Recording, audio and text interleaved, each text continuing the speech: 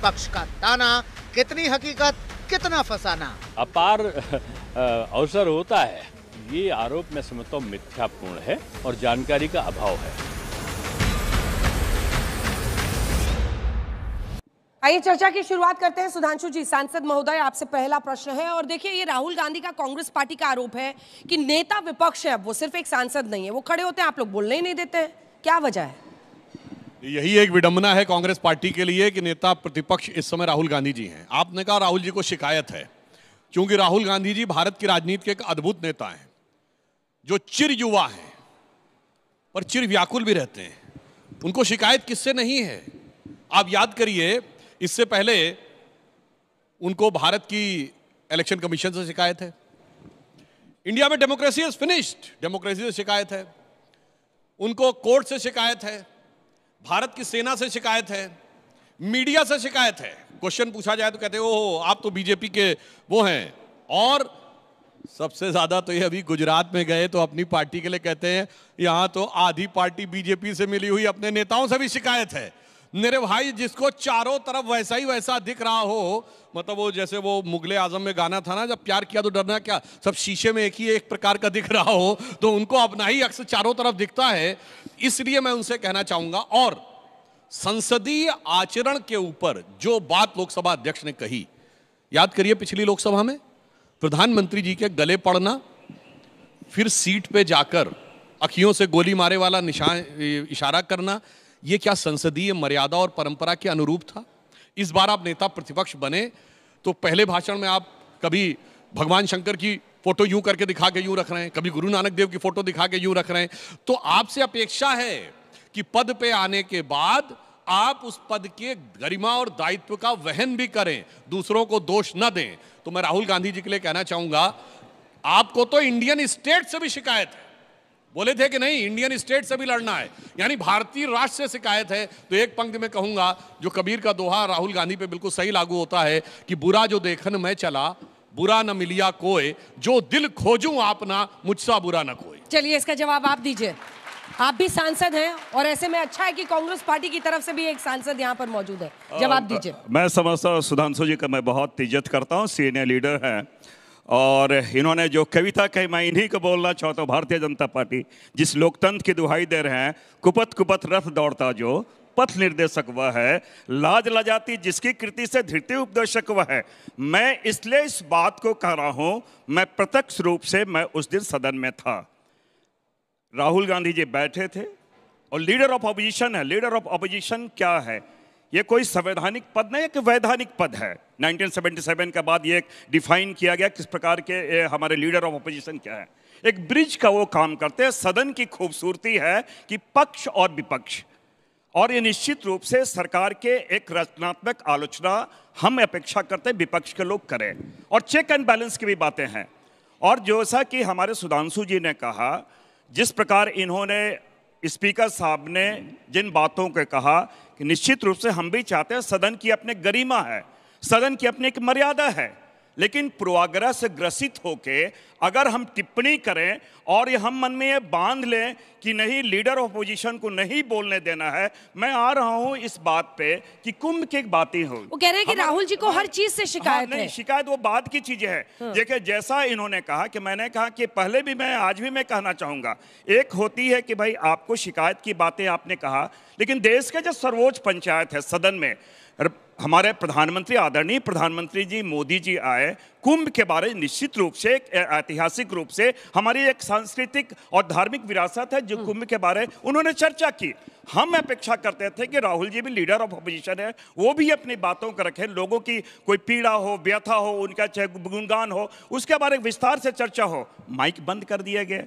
और कल भी जब लीडर ऑपोजिशन जब खड़े हुए तो हम ये अपेक्षा करते हैं कि उनकी एक अपनी गरिमा है, और ये संविधान प्रदत्त 75 में संविधान में उनको एक बोलने की अनुमति, प्रश्न करने की अनुमति दी जाती है, तो क्यों नहीं बोलने दिया? क्या हो जाता? आप लोग माइक ही बंद कर देते हो, बोलते भी हैं तो कैमरा उनकी तरफ नहीं जाता है, कैमरे पे दिखाते नहीं है नेताओं को। हमने उसके बाद में आ रही हूँ। हमने जाके फिर पूरे डेलीगेट्स हमने गए, हमने स्पीकर साहब से हम लोगों ने बातें की, हमने उनसे रिक्वेस्ट किया कि सदन में अगर आप इस प्रकार करेंगे, अगर पक्ष और विपक्ष की बातों को नहीं सुनेंगे तो अमृत का मंथन कैसे होगा। हमने तो यही बहुत सारा, आप अमृत मंथन नहीं होने दे रहे, राहुल गांधी को बोलने नहीं दे रहे। भगत जी खुद सांसद रहे, इन्होंने जो शब्द प्रयोग किया कि चर्चा की, यही मैं बताना चाहता हूं। पार्लियामेंट्री प्रोसीजर्स का पता होना चाहिए, वो चर्चा नहीं थी। चर्चा का प्रक्रिया यह है कि चर्चा प्रारंभ की जाती है और फिर अंत में उस चर्चा का जवाब संबंधित विभाग का मंत्री देता है। ठीक, मंत्री के जवाब के बाद फिर कोई नहीं बोल सकता, जो बोलना है चर्चा में उससे पहले बोल लीजिए। परंतु वो प्रधानमंत्री जी का वक्तव्य था और ये पार्लियामेंट्री प्रोसीजर है कि जब भी कोई मिनिस्टर या प्राइम मिनिस्टर स्टेटमेंट देगा तो स्टेटमेंट में कोई चर्चा नहीं होती, वो सिर्फ वक्तव्य है। जैसे आप यहां डिबेट कर रही हैं, डिबेट में हर व्यक्ति को बोलने का अधिकार है। आप कहेंगी हमें आपकी बात पे आपत्ति, आप बोले, और जिस समय आप न्यूज पढ़ रही होती हैं वो वक्तव्य है भाई। उस समय आपके न्यूज रूम में खड़े किसी भी व्यक्ति को आपत्ति हो तो ना ना ना, उस समय नहीं बोल सकता। अगर मैं भी सामने बैठा हूं तो नहीं बोल सकते, प्रोसीजर पता होना चाहिए। दूसरा, नेता प्रतिपक्ष की इतनी गरिमा है तो पिछली लोकसभा में नो कॉन्फिडेंस मोशन लाई थी कांग्रेस पार्टी, नेता प्रतिपक्ष कौन था? अधीर रंजन चौधरी। स्पीकर्स की लिस्ट में उनका नाम ही नहीं था। याद करिए, अमित शाह जी ने हंसते हुए कहा था कि भाई इन्होंने नेता प्रतिपक्ष को नाम नहीं दिया है, हमारी तरफ से हम कुछ मिनट दिए देते हैं, बीजेपी के कोटे से कम नेता प्रतिपक्ष को बोलने दीजिए। इससे समझ में आता है पद की गरिमा नहीं है, एक शहजादे की महिमा है। जो वली है सल्तनत हैं, फर्जंदे अंजुमन हैं, वो जब जलवा अफरोज होंगे तो सब नियम कानून ताक पे रख दिए जाएंगे और सबको आके उनके कदमों में सिजदा करना पड़ेगा। ये बात है क्या भगत जी? मैं समझता हूं कि सजदा करना पड़ता है सबको। अधीर बाबू को आप लोग नहीं देते थे सम्मान, मैं सुधांशु जी की बात, न सजदा की बात है न पैबोज की बात है, यहाँ एक जनतांत्रिक पद्धति की बात है। और आपने जिस प्रकार महिमा मंडित की है और ये आपका परसेप्शन है कि उनको आप किस रूप में देख रहे हैं, ये हो सकता स्वयं आप उन्हें देख रहे हो और आप सोचते हो कि सजदा करने की बात है। हमने बहुत स्पष्टता से कहा कि ये लोकतंत्र का मंदिर है संसद और देश का सर्वोच्च पंचायत है, इसलिए हम अपेक्षा करते हैं और ये भारत की खूबसूरती है। ठीक है, इसका जवाब दीजिए। विपक्ष हो, आप सिर्फ अपनी आवाज चाहते हैं, सिर्फ बीजेपी की आवाज बताना चाहता हूं जल्दी से, उसके बाद दोनों मेहमान। 1 साल या 1.5 साल पहले की बात है, यानी पिछली सरकार के 2 सत्र से पहले राहुल गांधी जी वक्तव्य दे रहे हैं और खड़गे जी और अधीर रंजन चौधरी जी दोनों पीछे खड़े हैं। एक नेता प्रतिपक्ष राज्यसभा है और जो पार्टी के अध्यक्ष भी थे खड़गे जी, और दूसरे नेता प्रतिपक्ष लोकसभा थे। उस समय राहुल गांधी जी ना अध्यक्ष थे, ना उपाध्यक्ष थे, ना महासचिव थे, ना कुछ थे, सिर्फ एक अदद सांसद थे। ऐसा कोई दृश्य किसी दूसरी पार्टी में दिखा दीजिए कि केवल एक एमपी बोल रहा हो और leader of the both the houses पीछे यूं खड़े हुए हों। इससे समझ में आ जाता है जिन्होंने अपनी पार्टी में अपनी मर्यादा नहीं ध्यान रखी, वो सदन की मर्यादा का क्या ध्यान रखेंगे। और इससे पूर्व भी अगर उनका कोई पारिवारिक कुछ इस प्रकार की भी, मैं तो उस समय राज्यसभा में था, लोकसभा में था नहीं, अगर कोई आपका परिवार का सदस्य यहाँ है, परिवार के सदस्य के साथ भी कोई आप आत्मीयता की अभिव्यक्ति करना चाहते हैं तो ध्यान रखना चाहिए कि कहां पे ऑफिस है, कहां पे सदन है और कहां पे घर कर रहे हैं। आप क्या बोल रहे हैं? क्योंकि स्पीकर साहब भी बोले सब। मैं बताना चाहता हूं, कई बार उनको बहुत सारी चीजें समझ में नहीं आती हैं। जैसे आप सबको ध्यान हो, राहुल गांधी जी ने जब यात्रा समाप्त की थी, उनकी समझ के ऊपर बोल रहा हूं, तथाकथित भारत जोड़ो यात्रा, तो आपने देखा होगा कश्मीर की वादियों में दोनों भाई बहन बहुत मधुर मनोभावों के साथ पूर्ण सुरक्षित वातावरण में बर्फ के गोले फेंक रहे थे और फिर राहुल गांधी याद कर रहे थे बहुत डर लग रहा है, पूरे हिंदुस्तान में बहुत डर का माहौल है। जबकि उनके जमाने का होम मिनिस्टर क्या बोलता था, शिंदे जी, कि भाई जब मैं डल लेक घूमने जाता था, मैं बाहर से क्या बताऊं, वो शब्द असंसदीय है, यहां बोला नहीं जा सकता। तो मैं उसे एक लाइन में कहना चाहूंगा कि इनके जमाने में डर का आलम यह था कि लहूलुहान थी घाटी और झेलम डरी हुई थी, खामोशियां रातों की दिन में भरी हुई थी और दहशत का था वो आलम कि डल लेक घूमने में गृहमंत्री के पग के नीचे धरती फटी हुई थी। तिवारी जी माइक उठाइए, मोर्चा संभालिए आप विपक्ष की तरफ से। विपक्ष की आवाज को दबाया जा रहा है, क्या इस आरोप में दम है या फिर शिकायत है? सबसे शिकायत है, जो जनता वोट ना करे उससे भी शिकायत है अब तो। देखिए, जब जब इस देश में सत्ता बौराई है तो पता चलता है कि विपक्ष से घबराई हुई है। इसीलिए राहुल गांधी जी विपक्ष के नेता हैं। जितना मजाक पिछले 11 वर्षों से मोदी जी की सरकार में एक विपक्ष के नेता या विपक्षी दल के सांसदों का उड़ाया जाता है, शायद ही आपने भी कभी इतिहास में देखा होगा कि पार्लियामेंट में इस तरह की बात होती है। विपक्ष को बोलने नहीं दिया जाएगा। जनता की आवाज विपक्ष होती है।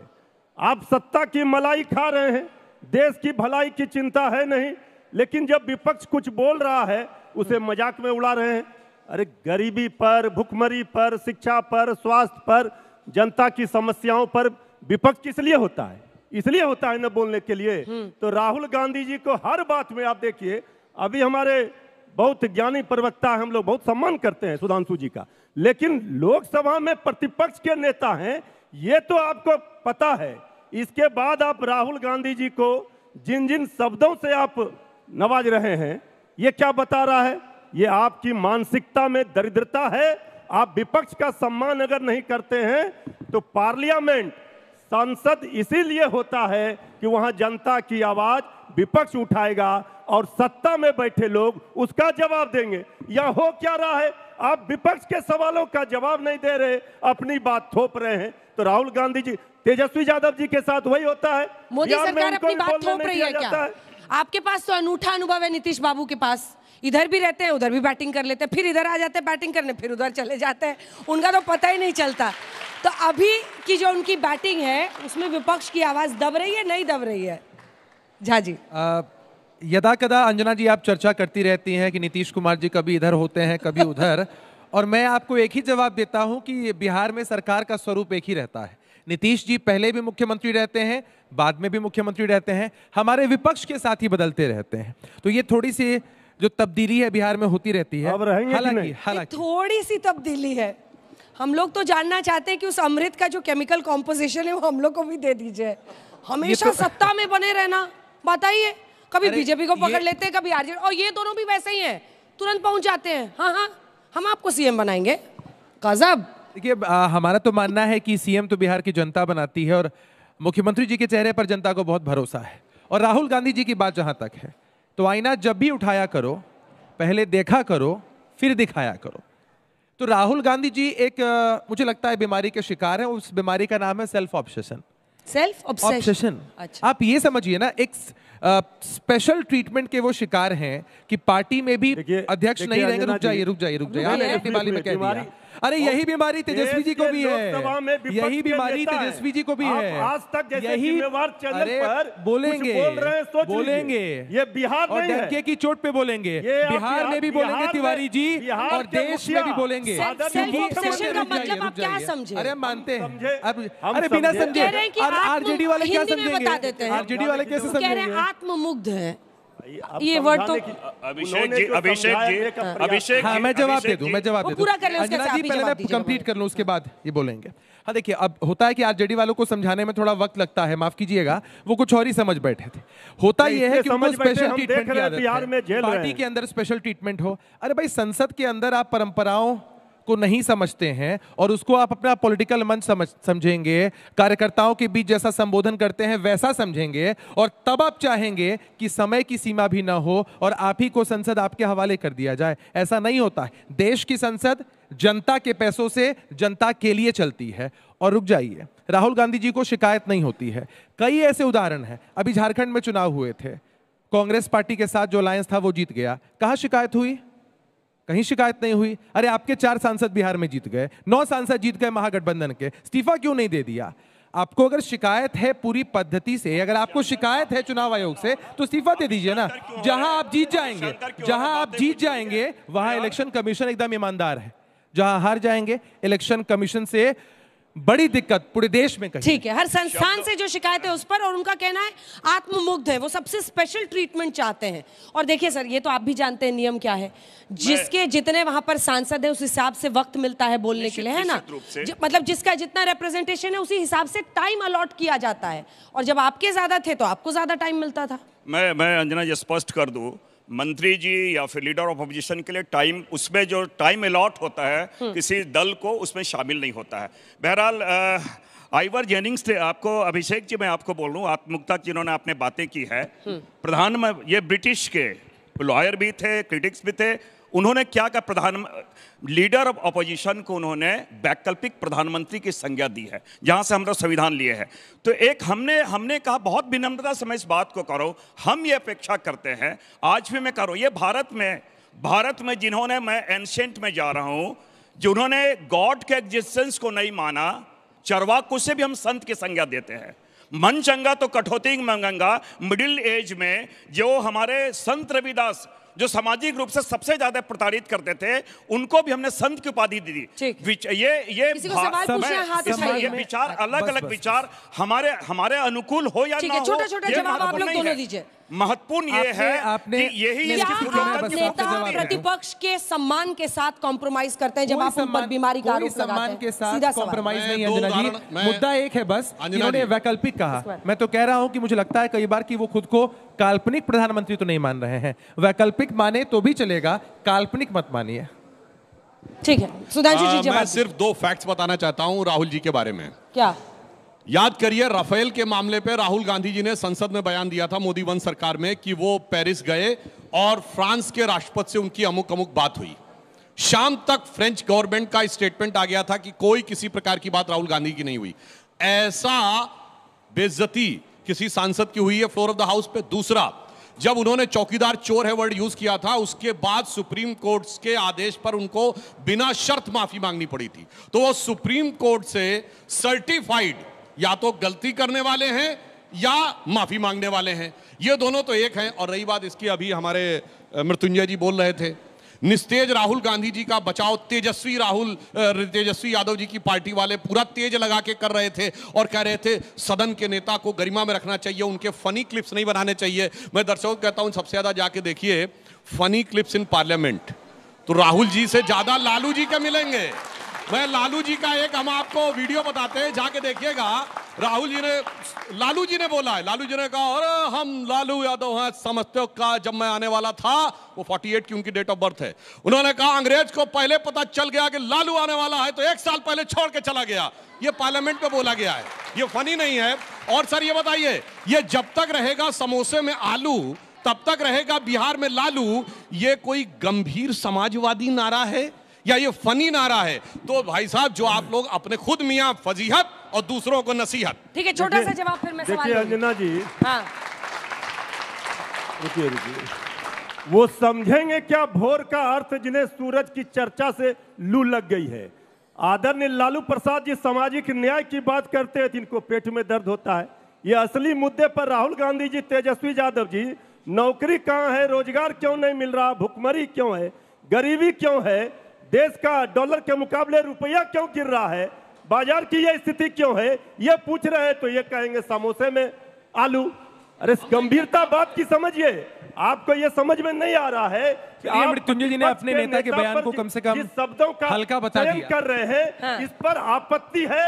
और ये लालू जी को ना समझाइए, इसलिए 240 पर कोई शब्द नहीं दिया है, कोई जाके चेक कर ले। ये लालू यादव जी का स्टेटमेंट है, मेरा नहीं।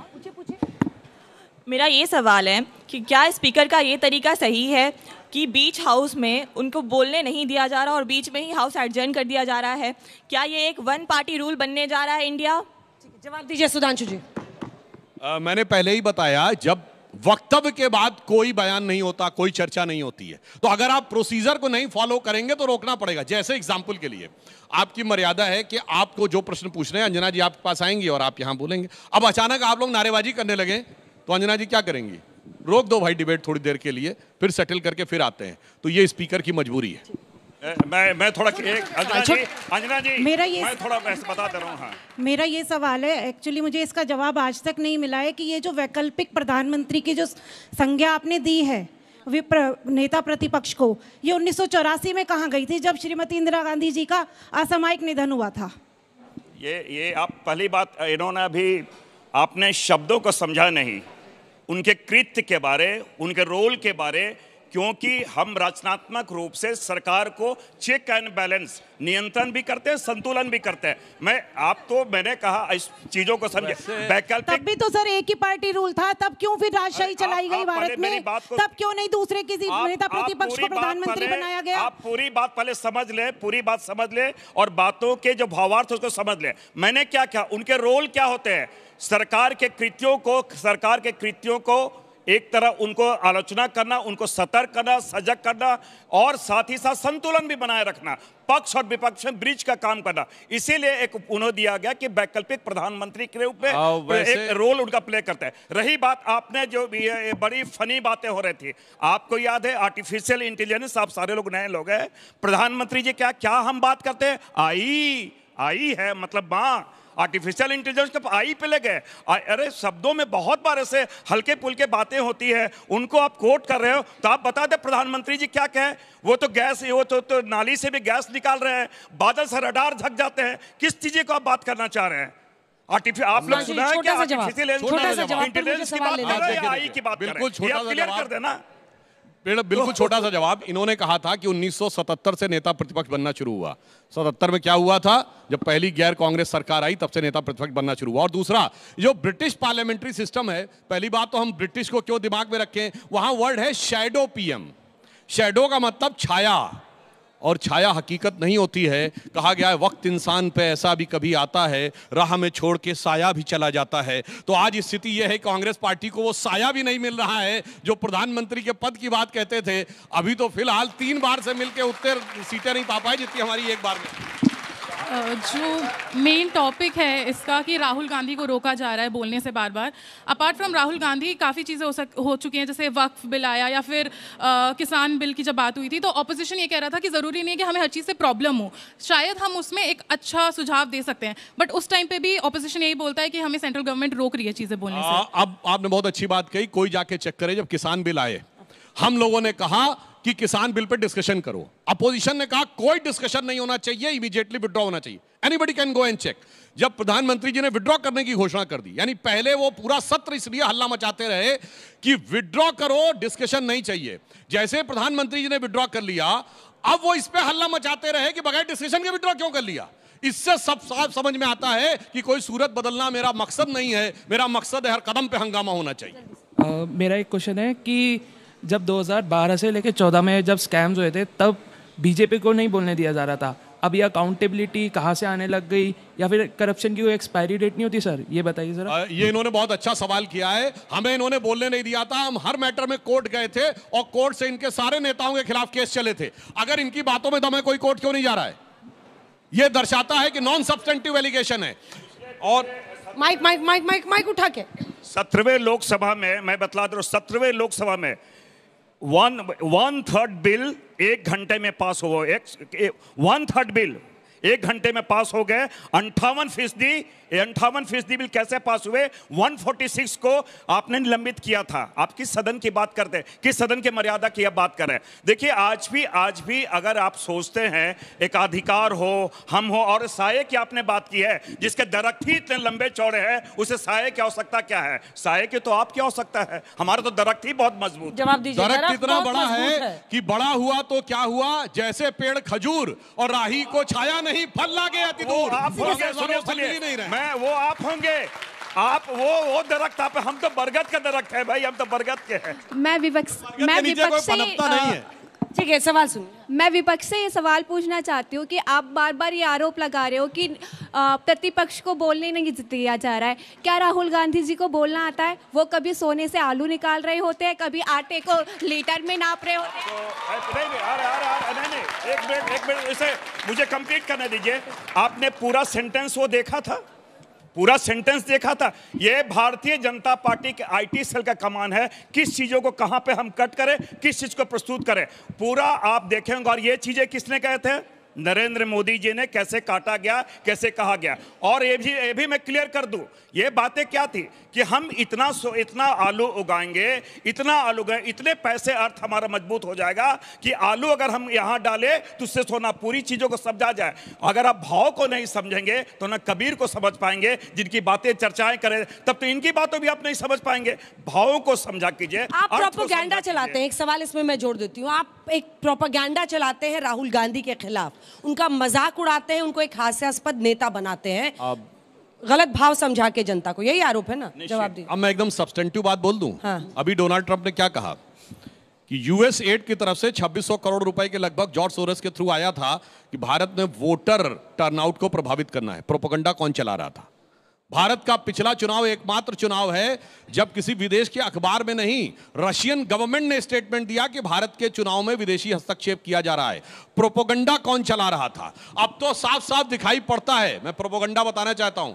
आज जो 3 पीढ़ियों से जिस चीज का विरोध करते रहे, आज जातिगत जनगणना की ये बात करते हैं। सब जाके चेक करिए। हेनरी लूसी फाउंडेशन मार्च 2021 में उन्होंने बाकायदा एक पेपर दिया जिसके लिए उनको $4 लाख पेपर लिखने के लिए मिले कि हिंदू मेजॉरिटेरिज्म को कैसे कंट्रोल करना है। और उसमें यह बात आई कि कास्ट का इशू को उठाना है। और मार्च 2021 से पहले इनका कोई स्टेटमेंट दिखाइए जिसमें ये इस प्रकार की बात करते हो।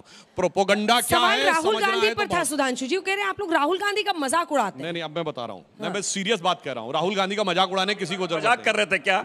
नहीं, मैं लोग बैठे थे आप अभी तक। राहुल गांधी जी का मजाक उड़ाने की किसी को जरूरत? सुनिए, आप बोले आप सीरियस हो रहे हैं, इसका मतलब सुधांशु जी इसके पहले आपकी बातों में मैं राहुल गांधी जी का मजाक उड़ाने की जरूरत ही नहीं है। जो प्रेस कॉन्फ्रेंस में ओपनली आप कहें राहुल गांधी, तुम देख रहे हो ना, राहुल गांधी है ही नहीं, राहुल गांधी है नहीं, वो खत्म हो गया राहुल गांधी। ये तो कुछ और है मेरे भाई।